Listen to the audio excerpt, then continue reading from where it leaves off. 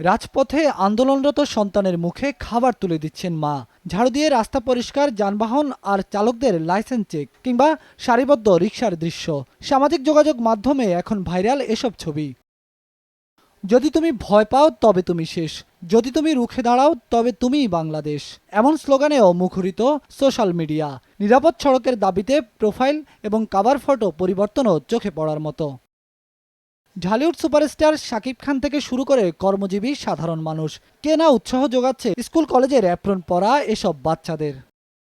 তারুণ্যের এই জোয়ারে সত্যি সত্যি একদিন পূর্ণাঙ্গ শৃঙ্খলায় আসবে লাল সবুজের প্রিয় বাংলাদেশ, এমন প্রত্যাশায় উচ্ছ্বাসিত সব বয়সী মানুষের ফেসবুকের দেয়াল। বেলায়েত হোসাইন, সময় সংবাদ, ঢাকা।